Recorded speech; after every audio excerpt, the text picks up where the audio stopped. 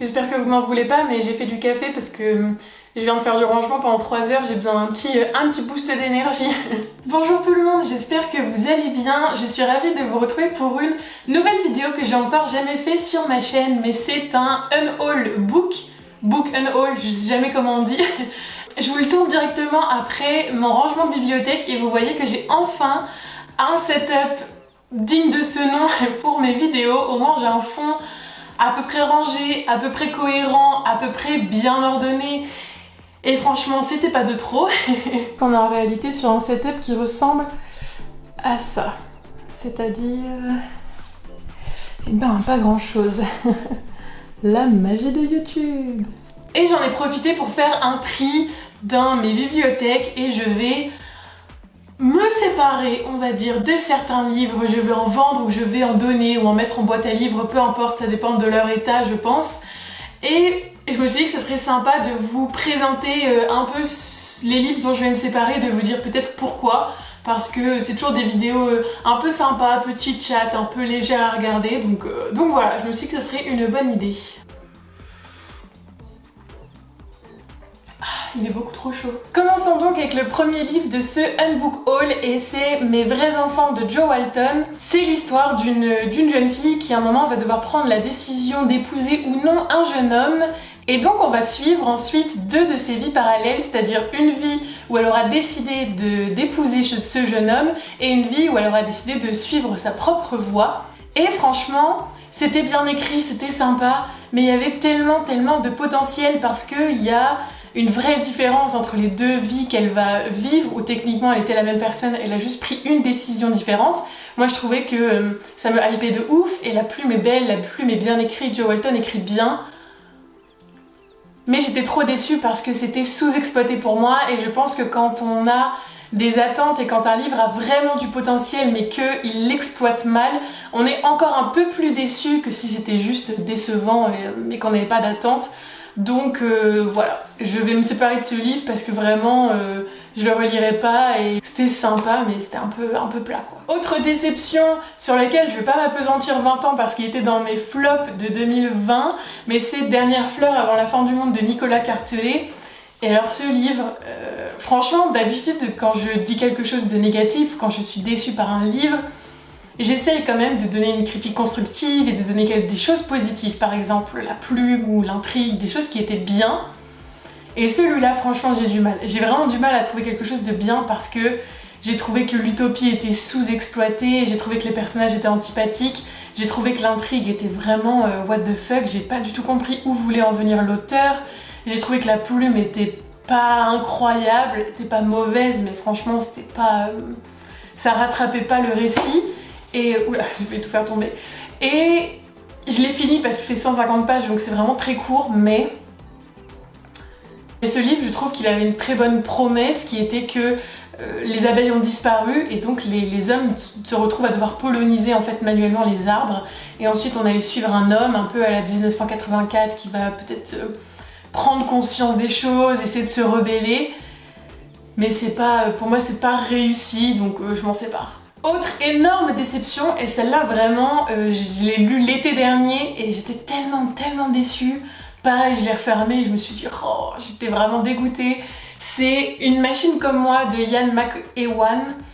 Et en fait, c'est une espèce d'Uchronie. On est en 1982, mais il y a déjà des intelligences artificielles très développées. On peut, enfin des rares chanceux peuvent se procurer les premiers humanoïdes vraiment qui ressemblent à des humains. Mais voilà, c'est des robots qui servent de compagnie, de choses comme ça. Et donc Charlie, il me semble, c'est ça, Charlie va faire l'acquisition d'un Adam. Adam qui est le nom des humanoïdes masculins et Eve c'est le nom des humanoïdes féminines. On va suivre l'évolution de leur relation, comment ils vont cohabiter, humains, robots, robots humains, etc. Et j'ai trouvé que c'était pas cohérent du tout, c'était pas cohérent la manière dont Adam évolue, la manière dont il réagit, ce qu'il dit. Moi je trouvais que ça tombait comme un cheveu sur la soupe, on savait pas d'où ça sortait, ça allait beaucoup trop vite, il y avait d'autres moments où c'était beaucoup trop lent. La plume est sympa, la plume est agréable à lire, donc ça rattrapait un peu le récit, et c'est pour ça aussi que je l'ai fini. Mais j'ai trouvé que ça sonnait un peu creux, qu'il y avait un peu des idées toutes faites. J'ai pas compris la cohérence du récit, le fil rouge, j'ai pas trop compris pareil où l'auteur voulait en venir. Il y avait toute une dimension un peu philosophique qui était sympa, mais franchement, pareil, j'avais beaucoup d'attentes, la promesse était vraiment chouette et ça l'a pas fait pour moi. Mais par contre, je pense que c'est possible que ça le fasse pour vous si vous accrochez et que vous le déroulé de l'intrigue vous gêne pas. C'est pas un mauvais livre, mais franchement c'est pareil, il m'a laissé un souvenir tellement de frustration et de déception que j'ai plus envie de le garder dans ma bibliothèque. Autre livre dont je me sépare, mais qui n'est pas du tout une déception cette fois, je l'adore, mais franchement, je sais pas ce que j'ai fait, il est tout gondolé. Je l'ai dû le mettre dans l'eau, je sais pas ce que j'ai fait, mais c'est un très bon livre, mais je m'en sépare, je vais le racheter, je pense. Ça s'appelle Le bug humain, pourquoi notre cerveau nous pousse à détruire la planète et comment l'en empêcher, de Sébastien Bohler. Et en fait, c'est hyper intéressant, c'est un essai qui parle du fonctionnement de notre cerveau, de notre biologie, et qui explique que même si on sait qu'on détruit la planète, on peut pas s'en empêcher et il y a vraiment des causes neurologiques, des causes biologiques qui font que notre cerveau nous empêche de prendre des bonnes décisions, de faire des compromis, de nous restreindre parce qu'on n'est pas conçu pour ça. Et c'est hyper intelligent parce que c'est en comprenant tout ce mécanisme en fait neurologique, etc. C'est en le comprenant qu'on peut le contrer, qu'on peut le contrôler, qu'on peut prendre conscience de toutes ces choses et peut-être prendre la main enfin dessus et faire des bonnes choses pour l'environnement, essayer de sauver la planète pour de vrai, en prenant conscience que ça va être difficile, mais en bloquant aussi toutes ces réactions cellulaires, toutes ces réactions neurologiques qui sont naturelles et qui en fait sont pas faites pour que on pense à la survie de la planète au-delà de notre survie à nous quoi. Donc je vous le conseille, très intéressant. En plus j'ai vu qu'il était sorti en poche, donc tout bénef. Ensuite qu'est-ce qu'on a? On a la saga Divergente. Je sais que je vais pas me faire que des amis dans les fans de young adult. Franchement j'ai rien à lui reprocher, mais contrairement aux sagas qui sont derrière moi comme Twilight, Uglies, The Mortal Instrument, etc. qui me rappellent vraiment des très bons souvenirs de jeunesse, il me semble avoir lu que le tome 1 de Divergente, alors que j'avais acheté le coffret d'un coup, donc c'était pas très malin. Mais voilà, franchement cette saga elle me rappelle pas des plaisirs adolescents particuliers. Je la relirai pas parce que le young adulte c'est pas trop ma cam. Mais voilà, donc je me sépare du coffret, il est un tout petit peu abîmé, le 3 est un tout petit peu abîmé là, parce que j'en ai pas pris soin. Mais ça je suis trop contente parce que c'est sûr qu'il va faire des heureux. Je suis contente qu'il passe dans d'autres mains et que quelqu'un découvre cette histoire qui, je n'en doute pas, lui fera plaisir. Autre roman dont je me sépare, c'est Instincta de Victor Dixon. J'avais envie de tester un jour de Victor Dixon, j'ai lu ça cet été je crois, parce que avec sa maison d'édition ils ont un marketing très agressif, donc on le voit absolument partout, donc forcément ça donne envie. On a l'impression que visibilité égale qualité, alors que on sait très bien que c'est pas toujours le cas. J'ai fini par craquer, je trouvais que la couverture était hyper belle, ça semblait être une fable écologique un peu sympa. C'était sympa, mais c'est du young adulte et quand on recherche des choses un peu plus travaillées, on est forcément un peu déçu. Ça met un peu des Deus Ex Machina, ça met des facilités scénaristiques, etc. Il y a des résolutions un peu faciles, des personnages qui changent la vie comme de chemise en fonction de ce qui arrange l'auteur. Bref, et franchement je comprends qu'on puisse aimer parce que c'est des univers à chaque fois qui sont hyper prenants, vraiment hyper imaginés, hyper oniriques, féeriques, tout ça, enfin ça fait voyager, ça fait s'évader, etc. Je comprends vraiment qu'on puisse adorer ce genre d'univers, c'est hyper dépaysant quoi. Mais voilà, c'est plus pas le fond, c'est plus la forme qui me déplaît, donc voilà, j'ai réessayé du young adulte l'année dernière. J'aurais pas dû, franchement j'aurais pas dû. Je préfère me tourner vers des choses plus adultes, mais après je suis contente parce que de nouveau, il est en super état, en plus il coûte 20 balles neuf, donc il va faire plaisir à quelqu'un d'autre, à quelqu'un qui saura mieux l'apprécier que moi. À chaque fois je fais du café avant mes vidéos et j'oublie de le boire et ensuite il est tiède et du coup c'est pas très bon. Autre déception, et celle-là je suis un peu dégoûtée parce que c'est une BD, donc elle m'avait coûté un peu cher. C'est Detox de Jim et Antonin Gallo, c'est en 2 tomes, donc celle-ci c'est la première BD. Et en fait ça parle d'un homme qui est un peu PDG, qui est réussi, un peu macho, un peu vraiment l'archétype ouais, du mec qui a réussi mais qui est un peu antipathique. Et un jour, en fait, sa maîtresse, avec qui il trompe sa femme, va mourir pendant qu'ils font l'amour, je crois, ou un truc comme ça. Elle fait une crise cardiaque alors qu'elle est hyper jeune. Et donc lui, il va avoir une prise de conscience, il va se dire oh mon dieu, où va la vie, etc. Bon voilà, le schéma vraiment classique. Et il va décider de faire une semaine de détox, c'est-à-dire une semaine loin de son téléphone. Il va arriver dans un camp, vous savez, comme les, je sais pas, les camps pour jeûner ou les camps pour faire des retraites silencieuses, des choses comme ça. Mais lui, c'est un camp où il va être sans son téléphone. Et donc on va le suivre. Et en fait, genre l'histoire est bien, les dessins sont jolis. C'est dans des tons un peu comme la couverture, un peu rougeâtre, un peu ocre, etc. C'est vraiment sympa au niveau du dessin, mais en fait, c'est le personnage là, il est trop antipathique. Il est un peu misogyne et tout. Ça fait partie du personnage, c'est pas comme si c'était une maladresse des auteurs ou quoi, mais je l'ai trouvé un peu antipathique à suivre. J'ai pas trouvé l'histoire absolument incroyable, c'était sympa à lire, mais je mettrai jamais 20€ ou 15€, je sais plus, dans le tome 2. Donc si j'ai pas la duologie complète, ça sert à rien de garder le tome 1. Peut-être que ça peut en plaire à certains, mais juste ce personnage, je l'ai trouvé pas hyper agréable à suivre, donc je voyais pas l'intérêt de continuer. Ensuite, j'ai encore une bonne petite pile. Autre livre dont je me sépare, alors celui-là... Franchement, il m'a pris des heures de ma vie. Je considère qu'il m'a volé des heures de ma vie que j'aurais pu consacrer à autre chose. C'est La disparition de Stéphanie Meyer de Joël Dicker. Pour le coup, comment s'appelle son premier roman L'affaire machin, là, son premier livre. Mince, comment ça s'appelle? Bon, j'ai un trou, je vous le mettrai quelque part en insert dans la vidéo. J'avais adoré, mais vraiment adoré. Et je m'attendais à la même chose, je m'étais dit ok, un nouveau thriller de Joël Dicker, ça va être génial. Et pareil, le truc est énorme, il fait genre 1000 pages. Et je m'en souviens en plus, je l'ai fini, j'étais chez mes grands-parents. Et donc tu lis 1000 pages et littéralement, la résolution de l'intrigue, elle est en genre 3 pages à la fin. Le mec te dit ah ouais en fait c'était ça la résolution du problème, en fait c'est lui le coupable et voilà. Et vraiment ça fait 3 pages. Et moi j'étais là en mode mais... Franchement, désolée, mais je trouve que c'est un peu du foutage de gueule. T'es là et tout, tu consacres plusieurs heures de ton temps pour lire 1000 pages d'un livre, et à la fin, t'as l'impression que le mec, il savait plus trop qui mettre en tant que coupable, alors il est en mode, ah vas-y, un peu la Gossip Girl. Vous savez, Gossip Girl était toujours là pendant la série en mode, mais attends, franchement, ils vont trop loin, genre là, ça peut être personne. C'est pas possible, genre Gossip Girl a gâché la vie de tous les personnages et tout, et à la fin ils ont dit ah bah en fait c'est ce personnage, et toi t'es là en mode bah non, enfin c'est pas logique quoi. Bah là c'est un peu pareil, à la fin t'es en mode bah... Après j'abuse, je dis que c'est une perte de temps, mais quand je le lisais c'était pas horrible, j'étais bien, j'étais dans l'histoire, mais franchement la résolution elle est naze, elle est vraiment, enfin moi en tout cas, elle m'a déçue mais à un point, et genre depuis...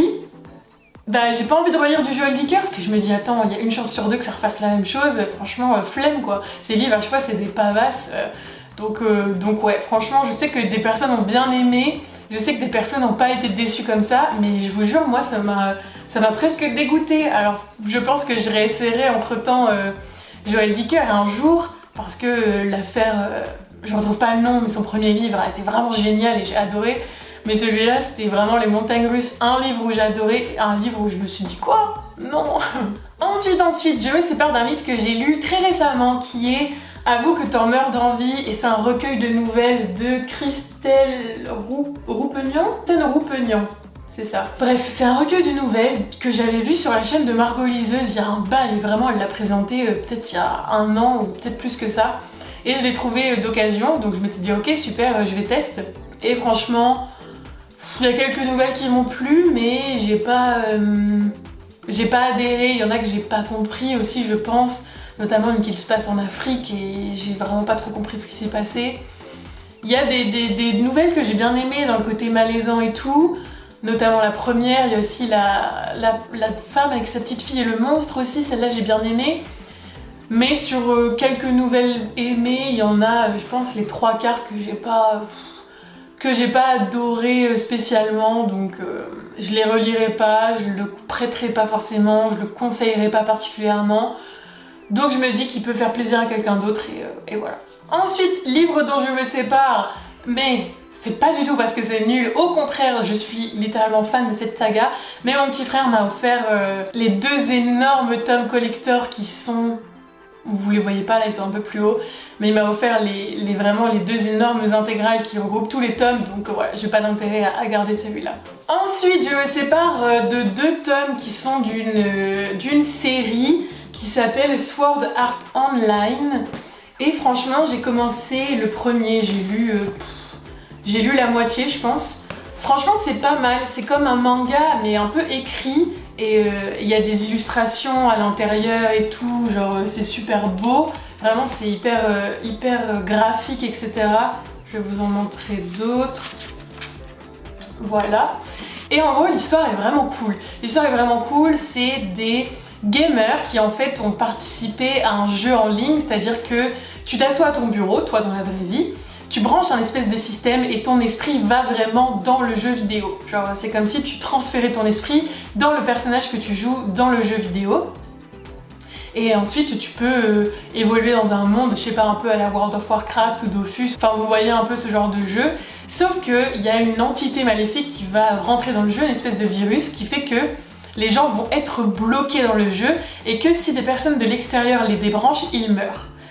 Et pour réussir à sortir du jeu, ils doivent réussir à conquérir tous les étages du jeu. C'est-à-dire qu'il y a le premier étage où, je sais pas, ils vivent normalement. Deuxième étage, il faut réussir à battre les monstres qui sont dessus, qui sont dedans, etc. Et il faut arriver jusqu'à l'ultime étage, je sais plus combien il y en a dedans. Ils doivent être au 12e, au 17e, au moment où commence l'histoire, peu importe. Et donc, un peu comme dans les jeux, il y a des gens qui font les marchands, il y a des gens qui vont tuer des monstres, il y a des gens qui vont faire de la magie, enfin voilà, il y a un peu des guildes, un peu des métiers différents. Voilà, l'histoire est vraiment chouette, le plot est trop cool, on me les avait offerts en plus, donc j'avais vraiment envie de les aimer.